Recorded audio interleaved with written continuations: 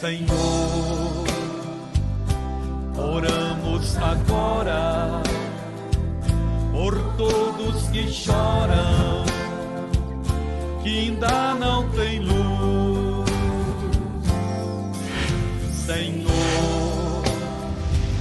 dá a eles o pão.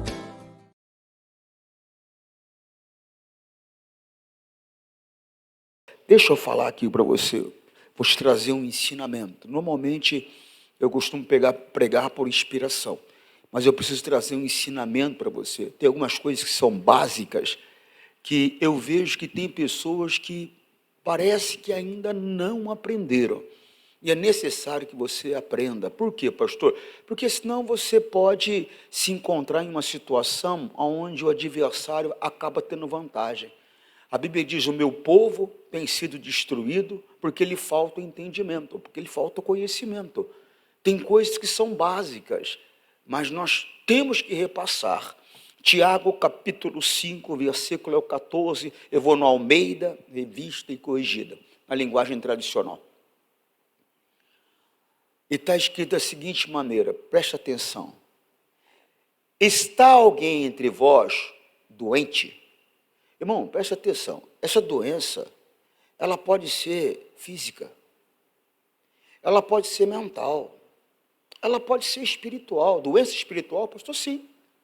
A pessoa, por exemplo, que ela fica livre de um demônio, pela autoridade, pelo poder do nome de Jesus, aquela pessoa foi curada espiritualmente, ela estava infectada, ela estava doente. O demônio, eu poderia dizer para você, como se fosse um vírus, maligno, terrível. Você está compreendendo? Então, às vezes a pessoa está doente fisicamente, às vezes a pessoa está doente mentalmente, está pressionada, perturbada, agitada, atormentada, ou às vezes a pessoa está doente espiritualmente. Quantas vezes eu coloquei a minha mão sobre uma pessoa e a oração foi essa: Deus, eu não sei se é doença física, espiritual certamente há. E daqui a pouco a pessoa manifestava como espírito mau, manifestava como um demônio. Por quê? Porque havia uma doença, uma enfermidade espiritual. Então, às vezes a coisa é espiritual, às vezes a coisa é física. Às vezes aquela manifestação física, uma dor, um tumor, ou isso ou aquilo outro, por trás há uma ação espiritual. É um ser que está dando vida, dando condições àquele mal no corpo daquela pessoa. Quantas pessoas eu já não vi, no momento que manifestou o espírito mal, ela fica livre. Eu me lembro de um caso de uma moça, isso foi lá no interior de São Paulo, numa cidade chamada Jaboticabal. Isso foi em 1996, no máximo 97. Eu fiquei 1 ano e meio naquela cidade, mas foi entre 96 e 97. Não vou precisar a data exata, mas foi por aí. E eu me lembro que era uma sexta-feira e tinha um casal de obreiros que eles ficavam na porta, recebendo as pessoas. Como aqui tem agora 2 obreiros ali recebendo as pessoas. Na época era um casal de obreiros, era 2 jovens. Fernando era o nome dele e Silmara era o nome dela. A Silmara era um computador ambulante. Nunca mais vou me esquecer daquela jovem. Ela tinha 16 anos, mas era um computador ambulante, uma capacidade de armazenar as coisas que era incrível. E ela notava quem chegava pela primeira vez, se estava vindo nas reuniões, se não estava vindo em reuniões. E eu me lembro que chegou uma moça pela primeira vez. Ela tinha sofrido um derrame, toda torta, o lado esquerdo todo torto, boca torta, língua presa. E eu fiz a oração, e depois que eu fiz a oração, eu falei: pessoal, quem sentiu tontura, tremedeira, coração disparou, sentiu arrepio, ou seja, houve uma manifestação que você percebe que não é normal, ou seja, uma manifestação sobrenatural. Vem aqui à frente que eu quero fazer uma oração para você. E quem está pela primeira vez, vem também. E essa moça veio, se arrastando e tal. Quando eu comecei a fazer a oração, que eu coloquei a mão sobre ela, manifestou um espírito imundo, bravo, terrível. Eu me lembro até o nome que ele se intitulou. Quebrei a força dele, mandei o demônio embora. Na hora que eu mando o demônio embora, a moça, o braço dela volta ao normal, a perna volta ao normal, a boca volta ao normal. Tinha umas 400 pessoas nesse culto aí. As pessoas que estão me assistindo agora, elas que estavam presentes, elas vão lembrar, falar: realmente foi isso que aconteceu. A moça voltou ao normal. Eu lembro que a igreja ficou empolvorosa, foi algo maravilhoso. E isso foi na sexta. No domingo estava lá a moça, igreja de festa. Quarta estava lá a moça, sexta estava lá a moça. No domingo eu já não vi. Na outra quarta eu já não vi. Aí fui falar com a Silmara. Ela falou, pastor, ela mora em tal lugar, o nome dela é tal. Me passou tudo que eu precisava. Eu fui lá. Cheguei lá, eu me lembro como se fosse hoje. Era uma rua, descida assim, a porta do motorista, eu abria na calçada. Desci na calçada, eu vi a moça assim, ela estava lavando roupas. Cheguei naquele portãozinho marronzinho, baixinho, falei, e aí, tudo bem? Ela, pastor, que alegria. Eu falei, como é que tá? Tudo bem? Como é que tem passado? Ela, não, muito bem. Eu falei, mas eu não te vejo, não te vi essa semana na igreja. Ah, pastor, eu voltei para tal lugar. Não posso falar agora porque eu estou gravando. Eu falei, você está brincando comigo? Ela falou, não, pastor, foi o fulano de tal, o meu guia de cabeça lá, que diz que foi ele que me curou. E tive que ir embora, irmão, porque ela não concordou em voltar a frequentar a igreja. Mas por trás daquele mal que estava com ela, aquele problema que se manifestava fisicamente, era uma doença espiritual, era um espírito imundo que estava por trás daquilo ali. Você está entendendo? Estou te contando só para você entender. Está alguém entre vós doente? Repito, pode ser mentalmente, emocionalmente, pode ser fisicamente ou espiritualmente. Está alguém entre vós doente? Chame o presbítero da igreja. O presbítero da igreja é aquele experimentado, o ancião, o pastor. Alguém que está acostumado a batalhas, alguém que tem experiência de batalhas. Tem que chamar, irmão. Você tem que ter entendimento. Você não pode ser aquela pessoa dependendo do pastor. Tudo que tem que depender. Não. Mas tem situações que você sozinho não vai conseguir. Você precisa de ajuda. Pastor, o senhor está na batalha, na presença de Deus há quanto tempo? Desde 1987. Pregando o evangelho oficialmente desde 1992, oficialmente, como eu falo, com título de pastor, desde 1982, consagrado desde 2010, desde 2008 consagrado, 2010 consagrado. Já precisou de ajuda? Não sei nem quantas vezes. Nem sei nem quantas vezes. E às vezes nós precisamos da ajuda. Você tem que ter esse entendimento. Repito, não é ser dependente. Tem pessoas que elas foram mimadas, fisicamente falando, e às vezes mimadas espiritualmente falando. Elas ficam dependendo de todo mundo para tudo, ela não faz nada. Ela sempre quer que alguém faça por ela. Ela está acostumada, inclusive, a largar as responsabilidades dela sobre os outros. Não é nesse sentido que eu estou falando. Eu estou falando que tem situação que sozinho você não vai conseguir. Você vai precisar de ajuda. Você está compreendendo? Eu vou mostrar um exemplo para você que o Senhor Jesus precisou de ajuda. Então, preste atenção. Está alguém entre vós doente? Chame o presbítero da igreja e orem sobre ele, ungindo com azeite, em nome do Senhor. Em nome do Senhor, segue. Tem gente que não dá importância para o azeite, mas ele é uma arma para a batalha. É coisa séria. Deus não ia mandar ungir com azeite, não ia estar escrito se não fosse importante. É lógico que tudo acontece, você tem que entender isso, que tudo acontece pelo poder do nome de Jesus. Tudo acontece mediante a fé, pela confiança que eu tenho na palavra. Então o experimentado, o presbítero, quando ele vai fazer a oração da fé. A oração onde ele tem confiança que vai acontecer algo sobrenatural ali naquele momento. Por quê? Está experimentado na batalha. Está experimentado na luta. Você está entendendo? Tem coisas que, por mais santo que você seja, e eu acredito nisso, você não tem a experiência que quem já está acostumado a batalhar tem. Porque uma coisa é a teoria, outra coisa é a prática. A teoria, para falar a verdade para você, 99% dos assuntos, 0,9% dos assuntos, a teoria passa muito longe da prática. Passa muito longe da prática. Essa é a grande verdade. E a oração da fé, essa é a oração da fé, é a oração da convicção, da certeza que o sobrenatural vai acontecer. E a oração da fé salvará o doente. E o Senhor o levantará. E se houver cometido pecados, ser-lhe-ão perdoados. É uma oração que até pecado perdoa, tamanho poder que é. Mas tem gente que não aprendeu isso ainda. Ela acha que sozinha ela resolve tudo, e não é bem assim. Não é bem assim, tem coisas que você vai precisar de ajuda. O Senhor Jesus no Getsemane, presta atenção para você entender. Ele no Getsemane, ele primeiro estava com um grupo grande. Ele abriu mão daquele grupo grande e foi para um grupo reduzido, dos 12 apóstolos. Na verdade tinha 11, não tinha 12 ali. Foi para um grupo reduzido. Daqui a pouco esse grupo de 11 reduziu-se mais ainda, foi para 3. Por quê, pastor? Ele precisava de um ombro amigo. Naquele momento ali, ele precisava de ajuda. Ó. Jesus foi com os discípulos, está em Mateus 26, 36. Jesus foi com os discípulos para um lugar chamado Getsemane. Ele disse, sente-se aqui comigo enquanto eu vou ali orar. Ele chamou ali, tinha um grupo grande, ele reduziu para um grupo menor, de 11, os apóstolos. Agora ele vai para um grupo menor ainda, de 3. Quer ver? Segue. Então Jesus foi levando consigo Pedro e os 2 filhos de Zebedeu. Aí ele começou a sentir uma grande tristeza e aflição. Jesus. Tem hora que a tristeza quer bater. Tem hora que a aflição quer bater. Tem hora que você precisa de um ombro amigo. De alguém para bater um papo.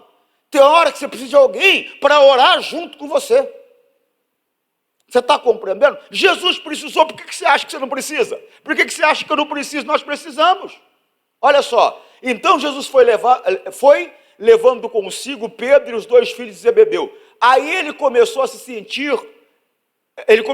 uma grande aflição, uma grande tristeza e aflição, segue. E disse a eles, a tristeza que estou sentindo é tão grande que é capaz de me matar. Fiquem aqui vigiando comigo. Em outras palavras, amigos, preciso de uma força de vocês. O negócio está feio. É uma tristeza tão grande que parece que vai me matar de tanta dor que eu estou sentindo. Ore comigo aqui, dá uma força, me ajudem.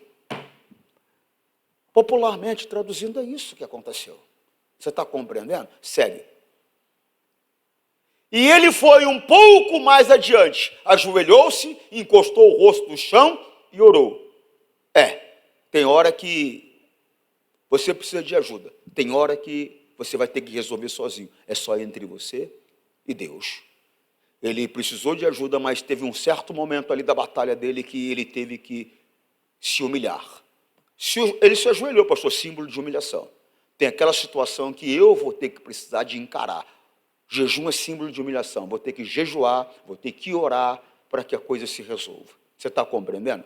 Tem momento que eu preciso da ajuda. Tem momento que eu vou ter que caminhar uma certa parte sozinho. Só eu e Jesus. Só eu e Deus. Só eu e Jesus. E ele foi um pouco mais adiante, ajoelhou-se, encostou o rosto no chão e orou. Meu Pai, se é possível, afasta de mim este cálice de sofrimento. Porém, que não seja feito o que eu quero, mas o que tu queres. Por quê, pastor? Porque tem coisa que Deus não vai poder fazer. Não vai poder fazer. Por isso que ele falou, se for possível. Por quê, pastor? Porque tem coisa que Deus não vai poder fazer. O Senhor Jesus, ele tinha total consciência que esse plano já estava traçado antes da fundação do mundo. Ele já havia sido escolhido antes da fundação do mundo, já estava traçado. Mas ele vai ao Pai como filho. E ele chega para o Pai, ó, se possível, mudar o que o Senhor planejou, quebra esse galho. A dor está demais. Eu não imaginei que seria assim. Eu sabia que eu ia ter que enfrentar a batalha. Eu sabia que eu ia ter que lutar contra a minha carne. Mas eu não tinha ideia, Pai, que a luta seria tão violenta assim. Dá para quebrar o galho? Dá para mudar a situação? Se não der, tudo bem, porque a tua vontade é mais importante que a minha. Porque o teu plano é o que é o correto. Então a tua vontade é mais importante que a minha. Segue. Depois voltou e encontrou os 3 discípulos dormindo. Acontece. Acontece o quê, pastor? Aquela pessoa que você precisa, muitas vezes ela falha contigo. Quantas vezes eu não precisei de alguém e de repente foi como nuvem sem chuva. A pessoa falhou. Não pôde contar com ela. E acontece. Constantemente, na luta, na batalha, tem aquele que acaba te deixando na mão. Os 3 deixaram Jesus na mão. Você não pode ser aquela pessoa que deixa Jesus na mão. Ele contava com os 3. E quando ele volta ali, Eles deviam estar apoiando ele. Por mais que ele tivesse se afastado, a Bíblia fala um tiro de pedra, como se jogasse uma pedra. Talvez, jogando uma pedra vá a 100, 200 metros, mesmo que ele tivesse se afastado, poxa, naquele silêncio ali, a oração dele deveria ecoar. Eles também tinham percebido que ele estava sofrendo. Não era um momento deles estarem ali, Pai, ajuda o Senhor Jesus, traz a tua força para ele, dá a tua... Não, estava dormindo. Ou seja, eles não ajudaram em nada. Tem gente que vive dormindo, ela não ajuda em nada. Ela só faz aquilo que ela acha que é interessante. Aquilo que realmente é necessário é como nuvem sem chuva. Nós não podemos estar nessa posição. Em outras palavras, irmão, como se diz no interior, nós temos que ser pau para toda obra. Deus pode contar comigo em qualquer circunstância, por simples e por complicado, por fácil e por difícil, Ele pode contar comigo. Eu estava orando a Deus agora, eu estava falando com Ele, Deus, eu tenho que ser aquela pessoa que, resposta de oração, alguém confia no Senhor, o Senhor tem que confiar em mim, eu não posso falhar. Eu tenho que ser essa pessoa, eu tenho que ser essa resposta de oração. Irmão, você tem que ser essa pessoa. Você tem que ser essa pessoa. Você não pode ser aquela pessoa que Deus está contando contigo que você falha. Eles falharam. Depois voltou e encontrou os 3 discípulos dormindo. Então disse a Pedro, será que vocês não podem vigiar comigo nem uma hora? Poxa, pedi muito, pedi demais. Não pedi muito, pedi para vocês orarem comigo um pouquinho. E eu chego aqui, vocês estão dormindo, não me estenderam a mão, não me deram a força que eu precisava. Irmão, nós não podemos ser essas pessoas. Está compreendendo? Sim ou não? Volta lá. Em Tiago 5,14. Está alguém entre vós doente? Presta atenção. Física, mental ou espiritualmente. Por quê? Porque às vezes fisicamente a pessoa está bem, mas está com o psicológico abatido, abalado, devido a algum problema, alguma situação que está enfrentando. Está desanimada, está desanimado. Tem que procurar ajuda. Está alguém entre vós doente? Chame o presbítero da igreja. Ele não está mandando ser psicólogo, não. Ele está mandando você procurar o pastor. Não está mandando ser psiquiatra, não. Está mandando você procurar o pastor. Está compreendendo? Não está mandando você tomar antidepressivo, não. Está mandando você procurar o pastor. Seja sóbrio. Seja inteligente. Tem coisa que o fundo é espiritual. Tem coisas não. Tem coisas que é natural. Tem coisas que é necessário um tratamento natural. Tem coisas que não. O tratamento natural não vai resolver. Por quê? Porque o problema não é natural, o problema é espiritual. Está alguém entre vós doente, chame o presbítero da igreja e orem sobre ele, ungindo-o com azeite em o nome do Senhor. Segue. E a oração da fé salvará o doente, e o Senhor o levantará, e se houver cometido pecados, ser-lhe-ão perdoados. Por quê, pastor? Porque muitas vezes aquele problema, aquela doença, aquele mal que não larga a pessoa por causa de um pecado que ela cometeu. Tem pessoas que a dificuldade que ela está enfrentando é justamente por causa de um pecado. A doença espiritual, a doença física, a doença mental, emocional, por muitas vezes é por causa de um pecado que ela cometeu. A Bíblia mostra sobre um homem. Ele estava há 38 anos doente. 38 anos doente, olha que coisa séria. Há 38 anos enfrentando uma enfermidade. 38 anos é a vida da maioria de muitas pessoas que estão aqui agora me assistindo no culto. 38 anos, uma vida inteira doente por causa de quê? Por causa de um pecado. O Senhor Jesus falou para ele que se ele quisesse, era para ele tomar a cama dele e andar. E ele tomou a cama e andou. O Senhor Jesus encontrou ele no templo depois, essa parte que eu quero. Ele encontrou ele no templo depois e perguntou para ele como é que ele estava. E ele estava bem. O Senhor Jesus falou para ele não pecar de novo, para que não acontecesse coisa pior. Olha só, mais tarde Jesus encontrou o homem no pátio do templo e disse-lhe, escute, você agora está curado, não peque mais, para que não aconteça com você uma coisa ainda pior. Então, aqueles 38 anos numa cama paralisado, a razão era o quê? Pecado. Pecado. Volta lá em Tiago 5,15.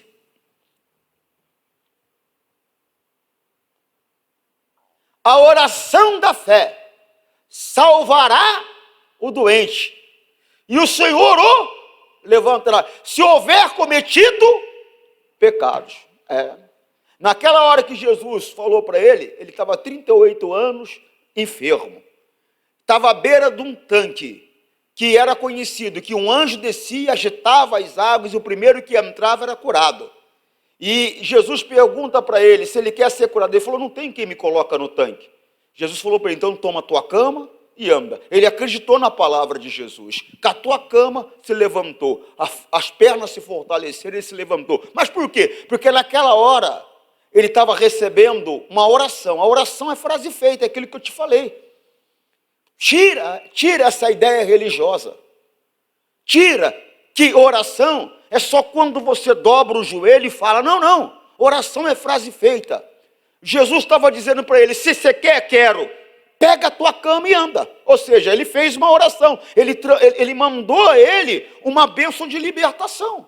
Mas naquela hora ele estava sendo perdoado do pecado. Por quê? Porque a oração da fé, ela faz isso. Ela perdoa até pecado, se tiver. Por quê? Porque muitas vezes não tem. Por isso que está dizendo assim, a oração da fé salvará o doente, e o Senhor levantará, se houver. Por quê? Porque muitas vezes a doença não tem a ver com pecado. Não tem a ver com pecado. Mas muitas vezes tem a ver com pecado. E se tem a ver com pecado, até o pecado é perdoado, para a pessoa ficar livre daquele mal. Você tem que ter esse entendimento com você. Deixa eu te mostrar aqui, Eclesiastes 4, versículo 9 e 10. Eclesiastes é lá no Velho Testamento, 4, versículo 9 e 10.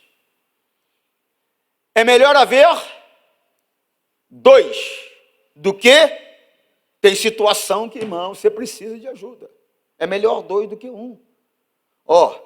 Daqui a pouquinho eu volto aqui. Êxodo, capítulo 17, versículo 8, na linguagem de hoje. Êxodo, capítulo 17, versículo 8.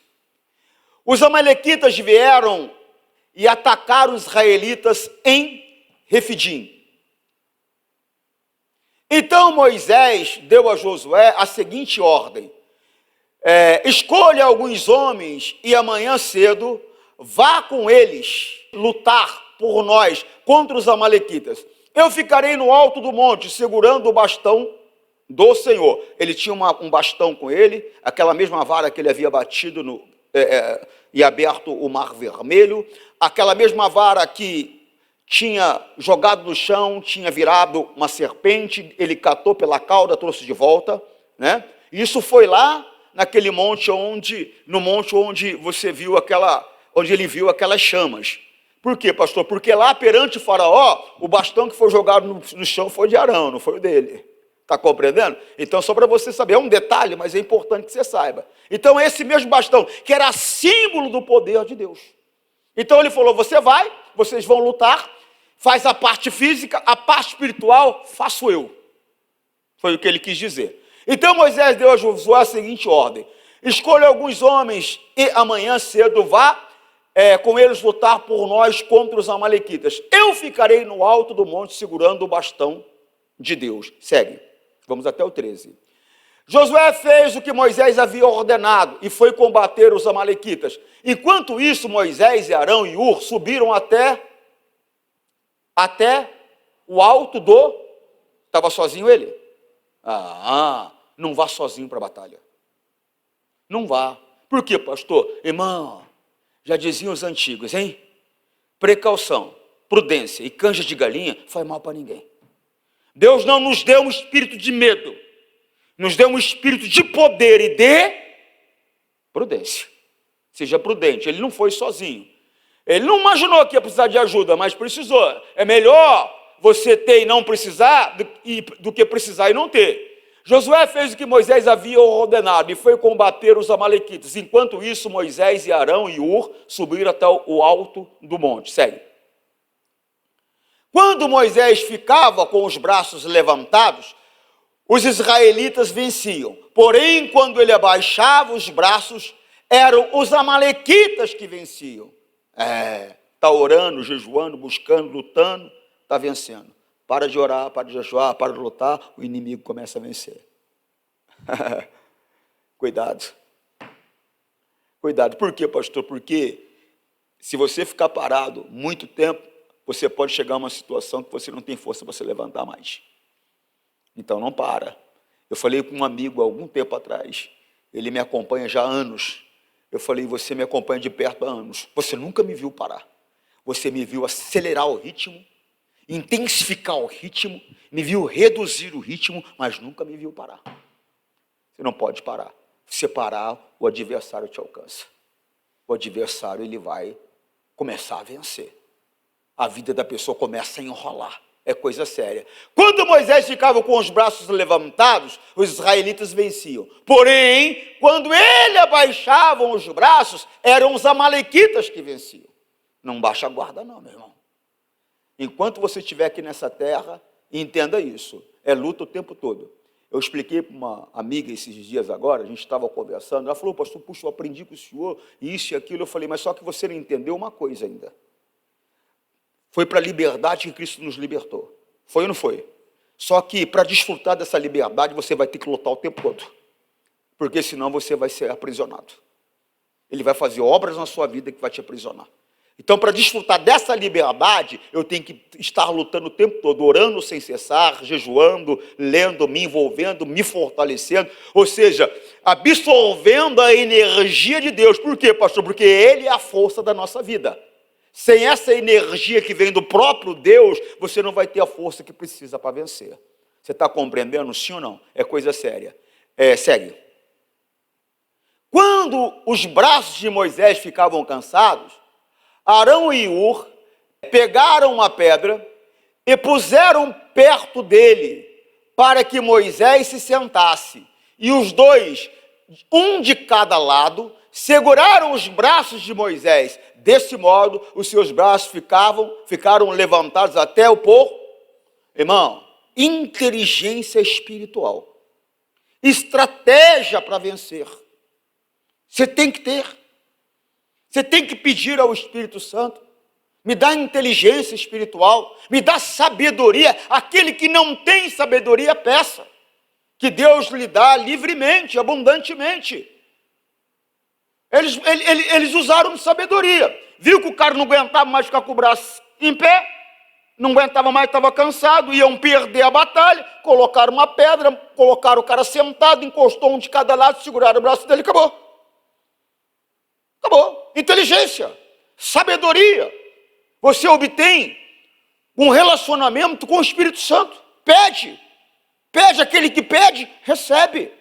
Eu não sei como lidar com o meu casamento, pede sabedoria, para Deus te dar uma estratégia. Eu não sei como lidar com as minhas finanças, pede sabedoria. Eu não sei como lidar com os meus negócios, pede sabedoria.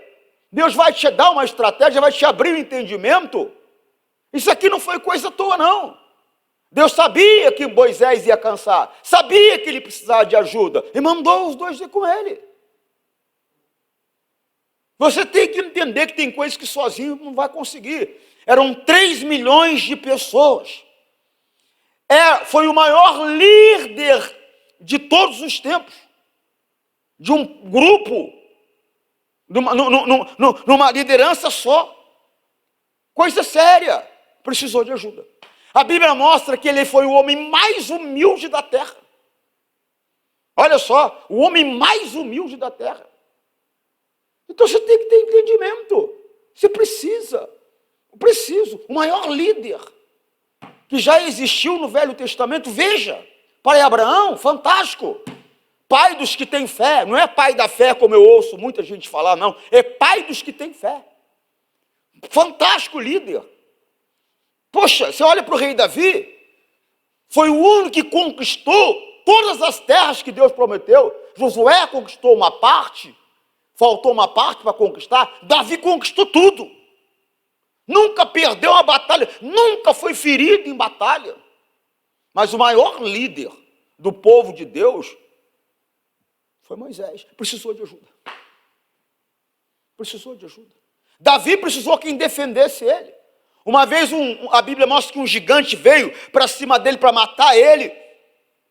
Um dos 30 entrou na frente, lutou em favor de Davi e matou o gigante. Daquele dia em diante não deixaram Davi lutar mais. Falou, não, o senhor é muito importante, o senhor não vai para a batalha não. Se o senhor morrer, não estamos perdidos, o senhor não vai para a batalha mais. Não deixaram ele ir mais. Então quer dizer o quê? Quer dizer que todo mundo precisa de ajuda. E aí você quer enfrentar sozinho? Não, porque eu aprendi que não pode depender de ninguém. Não pode ser dependente. Não deve ser dependente. Porque hoje você tem alguém que se importa com você, amanhã você pode ter alguém que se importa só consigo. Então você vai saber se defender, você vai saber se alimentar, você vai saber lutar, você vai saber sobreviver. Mas tem situações que nós precisamos de quem nos ajude. Você está compreendendo, sim ou não? Olha lá, primeiro livro de Samuel, segundo livro de Samuel 21:16, aquela situação de Davi que eu te falei. Ó. Um gigante chamado Isbi-Benob tinha uma lança de bronze que pesava mais ou menos 5 quilos e estava usando uma espada nova. Ele pensou que podia matar Davi. Ele olhou e falou, estava na batalha. Ele viu Davi na batalha e falou, eu vou matar o rei. Eu vou ter essa honra de matar o rei. Segue. Mas Abissai era um dos 30. Mas Abissai, cuja mãe era Zeruia, socorreu Davi e atacou o filisteu e o matou. Então os soldados de Davi fizeram uma promessa que nunca mais deixar que Davi saísse com eles para a guerra. Eles disseram, o Senhor é a esperança de Israel, nós não queremos perdê-lo. Quantas vezes você saiu para batalhar por mim? Deus, essa semana eu vou orar e jejuar pelo pastor. Eu não quero perder ele. Quantas vezes? Talvez você nunca fez isso por mim, nunca fez por pastor nenhum que já lutou e deu a vida por você. Outro dia eu conversava com uma amiga minha, hein? Uma dessas mulheres que vence aí, e ela me falando de um pastor, eu falei, o que você fez por ele? Eu falei, quantas vezes, o que você fez por ele? Eu falei, eu já orei, eu já jejuei, eu já tirei meu tempo da minha vida para o pastor que Deus usou para me abençoar. Eu falei, o que você fez por ele? É coisa séria, gente. É coisa séria. Aí às vezes você perde. Por quê? Porque às vezes o pastor foi ferido. Mas porque você não cuidou direito. Eles perceberam, ele falou, não. Perceberam que era um perigo muito grande. Ele falou, não, se é a esperança de Israel, não vão perder você. Irmão, todo mundo precisa de ajuda. Põe isso dentro de você. Volta para Êxodo para me terminar. 13. E assim, Josué derrotou completamente os amalequitas. Se não tivesse a ajuda. Por quê? Tanto Moisés estava aqui fazendo a parte espiritual, quanto Josué estava ali fazendo a parte natural. Um estava ajudando o outro. Mas Moisés aqui na parte espiritual, a coisa ficou pesada. Ele precisou quem ajudasse. E a batalha foi vencida. Moisés foi beneficiado, amém? Amém nada. Todo mundo foi beneficiado. A vitória beneficia a todos. A vitória beneficia a mim, beneficia você, beneficia a tua casa. A vitória beneficia a todos. Como a derrota machuca todos nós. Machuca a mim, machuca você, machuca a tua casa. É essa que é a questão. Muitas vezes você acha que é o outro que é beneficiado. Na verdade, o benefício, ele é geral. Ele traz sucesso para todos. Ajuda a todos. Você compreende, sim ou não? É coisa séria. É melhor haver 2 do que 1. Porque 2 pessoas trabalhando juntas podem ganhar muito, muito mais. Vamos até o 10. Se uma delas cai, a outra ajuda a se levantar. Mas se alguém está sozinho, presta atenção nisso, mas se alguém está sozinho e cai, fica em má situação, porque não tem ninguém que o ajude a se levantar.